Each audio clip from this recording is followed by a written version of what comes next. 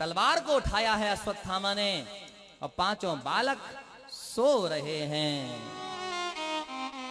तलवार निकाली और पांचों बालकों के सर को धड़ से अलग कर दिया।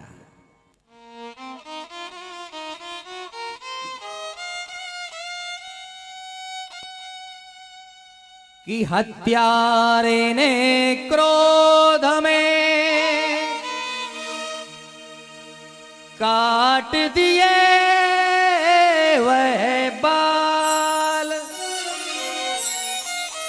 उन पांचों के शीश ले निकल पड़ा चंदा। पांचों बालकों की गर्दनों को काट दिया और पांचों बच्चों की गर्दनों को एक कपड़े में लपेटा और वो रक्त की बूंदें टप टप टप चूती हुई चली जा रही हैं। जिन पांडवों के शिविरों में बेटों की किलकारियां गूंजती थीं। आहा हा, आज पांचों धड़ पड़े हुए हैं, सब पड़े हैं और ऐसा लग रहा है कि जैसे शिविरों में कोई रक्त की छोटी सी नदी बह चली हो।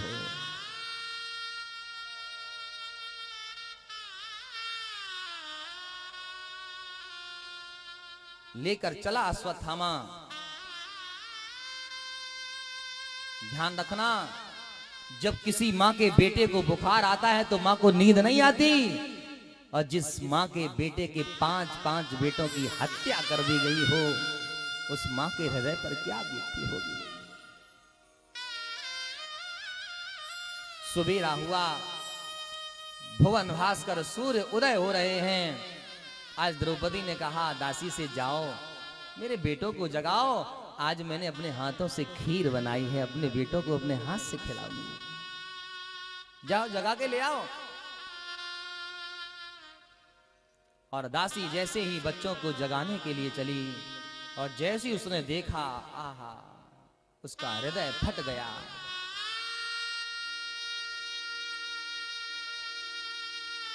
दौड़ी और दौड़ती हुई गई द्रौपदी के पास में। द्रौपदी गजब हो गया, सारा वृतांत सुनाया। और जैसे ही द्रौपदी भाग कर आई है तो क्या देखा, वो जो खीर की कटोरी हाथ से ली थी ना, वो देखते ही छूट गई। माता शिशूना निधनम सुताना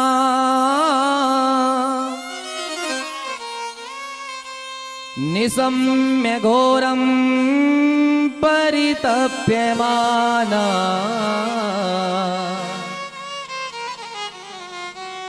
तदा रुदद्वास्पकलाकुलाक्षी तां शान्तनन्नाः किरीटमाली।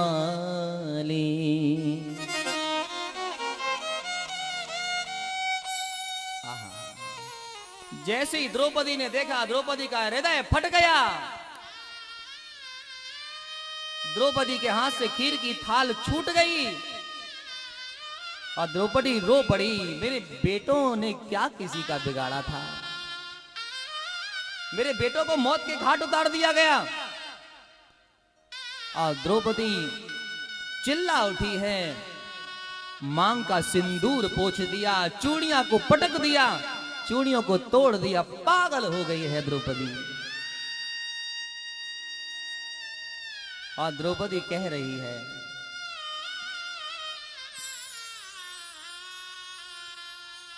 कि स्वर्ग नहीं त्यागना था,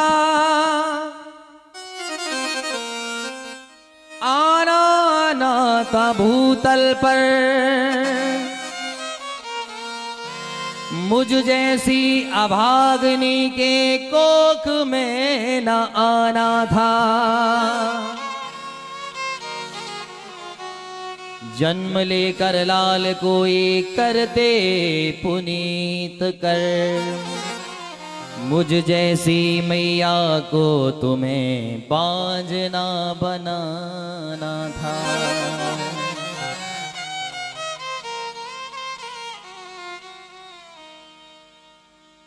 ये क्या हो गया? मेरे बेटों को ये किसने मार दिया है? और शास्त्र कहता है मत्तम प्रमत्तम मुनमत्तम सुप्तम बालम स्त्रियम जड़म प्रपन्नम विरथम भीतम ना रिपुम हंति धर्म वेद। बालक को, मतवाले को, पागल को, सोए हुए को मारना ये बहुत बड़ा अपराध है। देवी ये किसने किया? पता चला कि आपके गुरुपुत्र अश्वत्थामा ने किया है।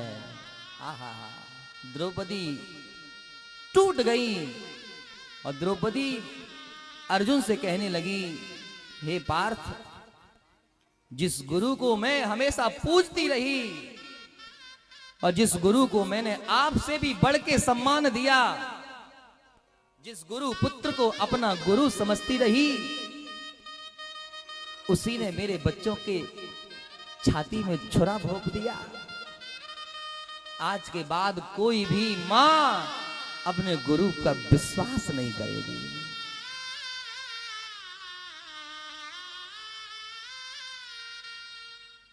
अर्जुन को क्रोध आया। अर्जुन ने कहा, द्रौपदी, जिसने तेरे बच्चों को मारा मैं उसे छोड़ूंगा नहीं।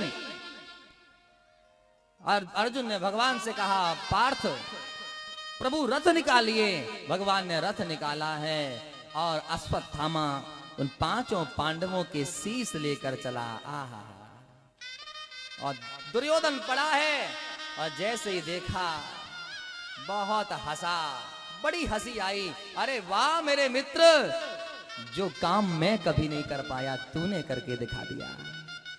ला जरा अर्जुन का सर दे। और जैसे ही अर्जुन का सर दिया तो अर्जुन का सर तो था नहीं, वो बच्चे का सर था। हाथ में लिया तो फूट गया। और जैसे ही अर्जुन के बच्चे का सर हाथ में लिया फूट गया, दुर्योधन जान गया कि ये अर्जुन जैसे बलवान का सर नहीं हो सकता। ला जरा भीम का सर दे। और जैसे भीम के बेटे का सर दिया, लेते ही फूट गया। अब दुर्योधन रोया और कहा, दुष्ट, अरे मैंने तो तुझे पांचों पांडवों की गर्दन लाने के लिए कहा था, तूने तो मेरे कुल में कोई जल देने वाला भी नहीं छोड़ा। मेरा कौन तर्पण करेगा? मुझे कौन जल देगा? तूने तो मेरे कुल का विनाश कर दिया। जा, तुझे कभी भी भगवान क्षमा नहीं करेगा। और जैसे इतना कहा, दुर्योधन के प्राण छूट गए हैं। और जिस समय भगवान को पता चला, भगवान इतना रुदन किए हैं और क्रोध आने पर अश्वत्थामा को भगवान ने श्राप दे दिया। जा, मैं तुझे श्राप देता हूं अश्वत्थामा कि तेरे शरीर में 52 प्रकार का कोढ़ हो जाएगा। ये मेरा श्राप है, तुझे मैं कभी क्षमा नहीं कर सकता।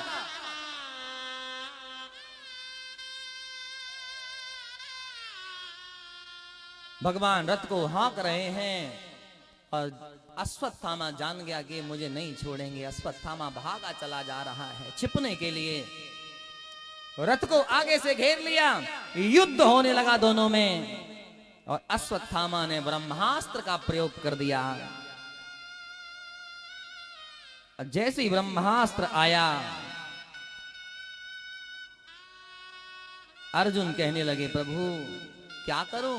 भगवान ने कहा, अर्जुन, अश्वत्थामा को ब्रह्मास्त्र चलाना भी आता है, लेकिन ये लौटाना नहीं जानता है। तुझे चलाना भी आता है और तुझे लौटाना भी आता है, इसलिए तू भी ब्रह्मास्त्र का संधान कर। अर्जुन ने भी ब्रह्मास्त्र का संधान किया। तीनों लोक जलने लग गए, हाहाकार मच गया है। त्राही माम, रक्षा करो, रक्षा करो। दोनों ब्रह्मास्त्रों को शांत कर दिया।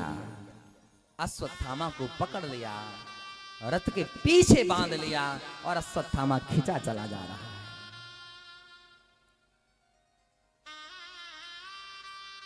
अश्वत्थामा खिंचा चला आ रहा है। और जैसे ही द्रौपदी ने देखा है तो मेरे बेटों का हत्यारा लेकिन ब्राह्मण है। आहा हा, हमारे भारत देश की माताओं ने हमारे भारत देश को कितना गौरवान्वित किया है, जिसके 5-5 बेटों का हत्यारा सामने हो।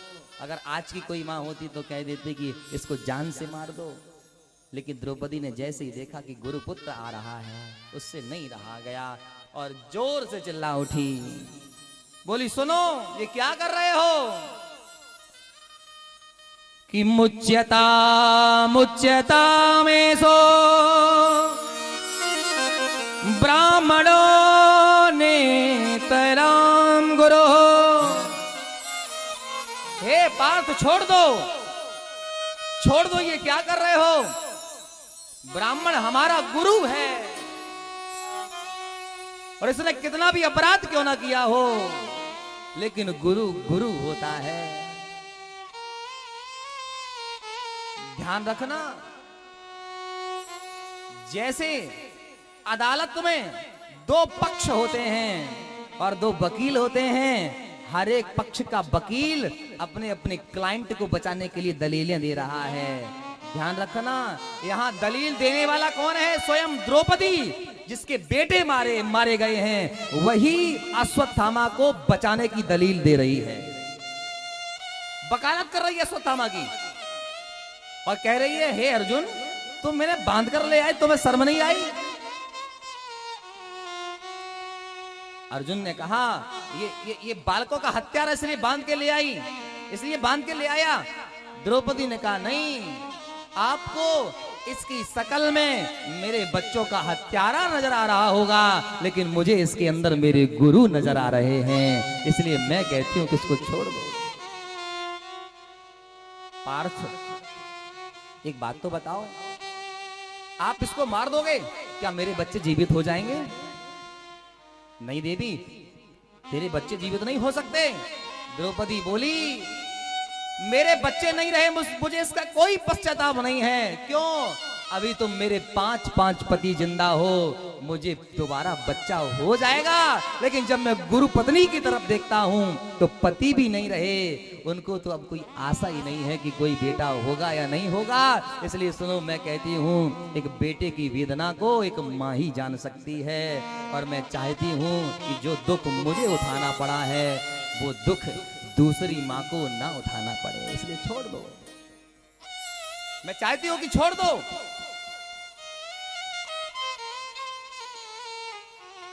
और द्रौपदी कह रही है कि मारोदी दस्य जननी गौतमी पति देवता यथा हम वत्सारता रोदिम्य श्रुमुखी मुहु।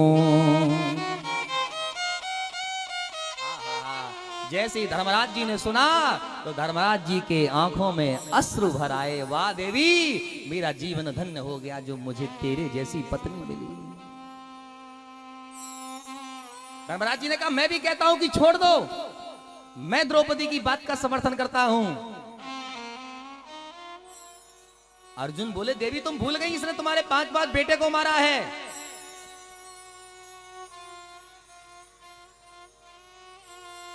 अब सब भगवान की तरफ देख रहे हैं। अर्जुन ने कहा प्रभु आप भी तो कुछ बताइए, क्या करें, मार दिया जाए या छोड़ दिया जाए? अब भगवान ने कहा सुनो, अगर हमारी पूछते हो तो सुनो। ब्रह्मबंधुर्न हन्तव्यम् आतताई बदारहणा। भगवान कहते हैं ब्राह्मण को मारना पाप है और आतताई को छोड़ना ये महापाप है। अर्जुन ने कहा कि ये कैसा न्याय है तुम्हारा? एक तरफ तो कह रहे ब्राह्मण को मारना पाप है और दूसरी तरफ कह रहे हो कि आतताई को छोड़ना महापाप है, क्या करें?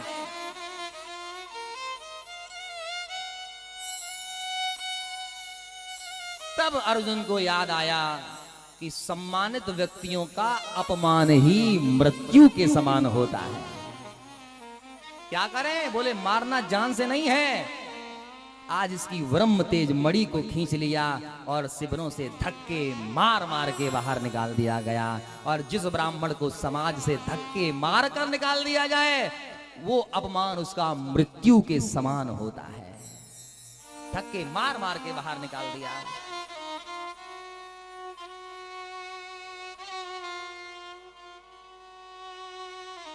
पूरा पांडव परिवार शोक में डूबा हुआ है।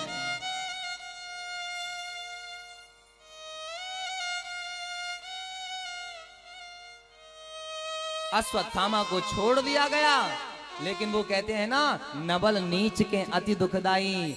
अगर पापी को छोड़ दो तो पाप करना बंद नहीं करता। उसे जैसे ही छोड़ा गया बड़ा क्रोध आया। अश्वत्थामा ने कहा कि दुर्योधन मर गया, कह रहा था मेरे कुल में पानी देने वाला नहीं छोड़ा, और पांडवों ने मेरा ये अपमान किया, मैं किसी को छोड़ूंगा नहीं। और ध्यान देना मेरे भाई बहन, बहुत ध्यान से सुनना, महाभारत में एक ऐसा पात्र है जो मौन पात्र है। जैसे रामायण में लक्ष्मण की पत्नी उर्मिला मौन पात्र है, जिसका चरित्र लिखते लिखते गोस्वामी जी की कलम टूट गई, लेकिन उर्मिला के चरित्र को लिखते समय गोस्वामी जी का हृदय फट गया। ऐसे ही महाभारत में ये उत्तरा का चरित्र है। व्यास जी जब उत्तरा का चरित्र लिख रहे हैं तो व्यास जी की कलम टूट गई। इतना त्याग है उत्तरा के जीवन में।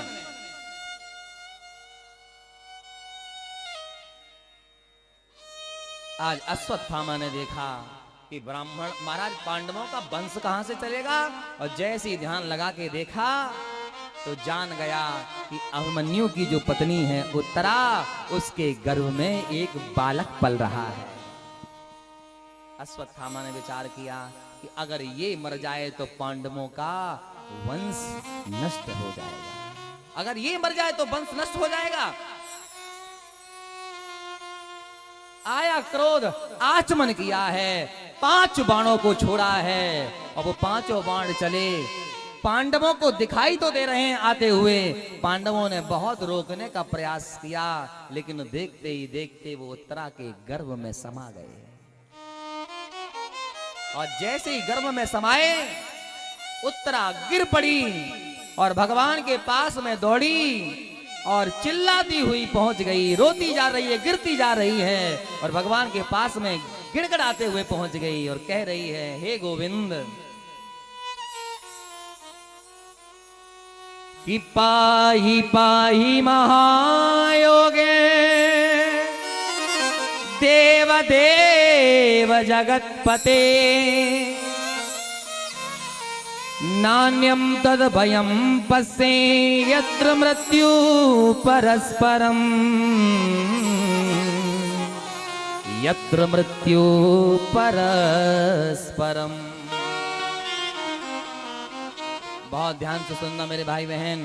5 पांडव खड़े हैं, अर्जुन, नकुल, सहदेव, धर्म खड़े हैं, लेकिन उत्तरा किसी के पास नहीं गई, भगवान के पास में पहुंची है। भगवान ने कहा, बेटी ये इतना बड़ा धनुर्धर अर्जुन खड़ा, तू इसके पास में क्यों नहीं गई? तब उत्तरा रोकर बोली, गोविंद इनके पास में जाकर क्या करेंगे, ये तो खुद एक दूसरे के प्राणों के प्यासे बैठे हैं, ये मेरी क्या रक्षा करेंगे? अगर ये रक्षा करते तो इन्होंने द्रौपदी की रक्षा क्यों नहीं कर पाई? 5 मिट्टी के पुतले बने खड़े रहे और वो द्रौपदी चिल्लाती रही, मेरी रक्षा करो, लेकिन ये 5 में से कोई भी द्रौपदी की रक्षा नहीं कर पाया। अरे जो अपनी पत्नी की रक्षा नहीं कर सकता वो मेरी क्या रक्षा करेगा? मैं इनसे क्या आशा रखूं? ये क्या मेरी रक्षा करेंगे? सबके रक्षक तो आप ही हो नाथ, इसलिए आपकी शरण में आई हूं।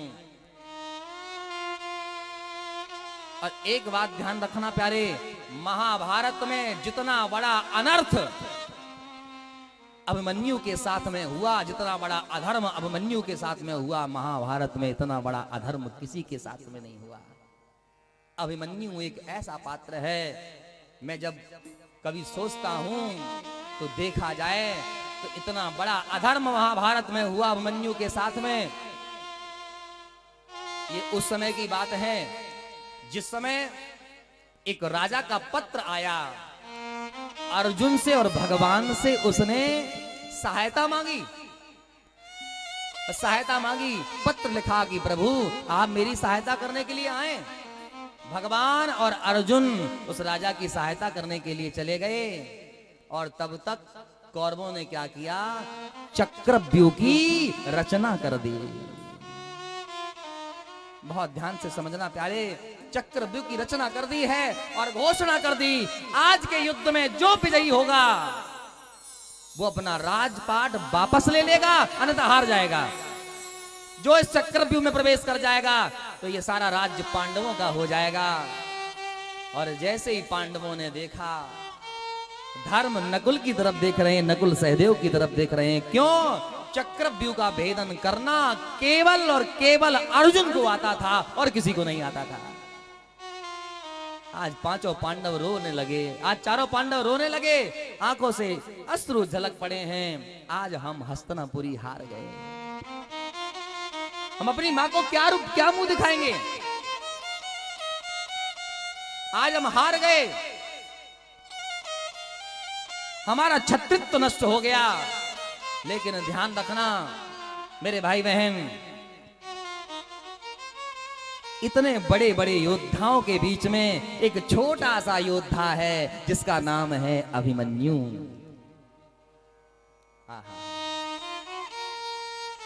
आज अभिमन्यु ने धर्मराज जी के पैरों को पकड़ा और कहा, काका आपको ऐसे हारने नहीं दूंगा, मैं आपका वंशज हूं, मैं आपको हारने नहीं दूंगा।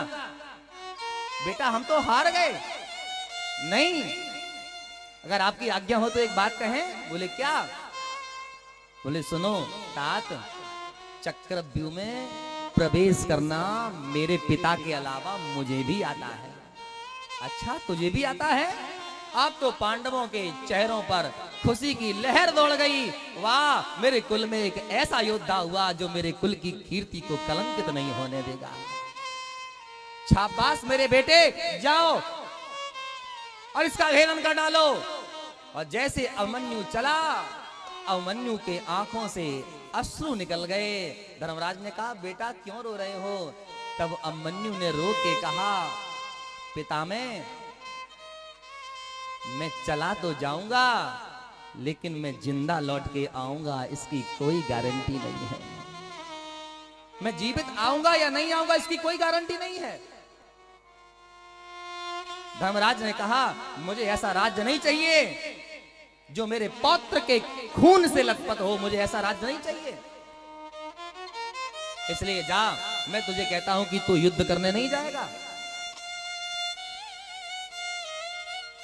माताओं से निवेदन है, केवल 15 मिनट और बैठे, हम अपनी वाणी को विराम कर देंगे। जो अब उठाई हो तो फिर आप जाओ, आप खड़ी हो गई तो फिर आप जाओ, ठीक है? और कोई खड़ा नहीं होगा।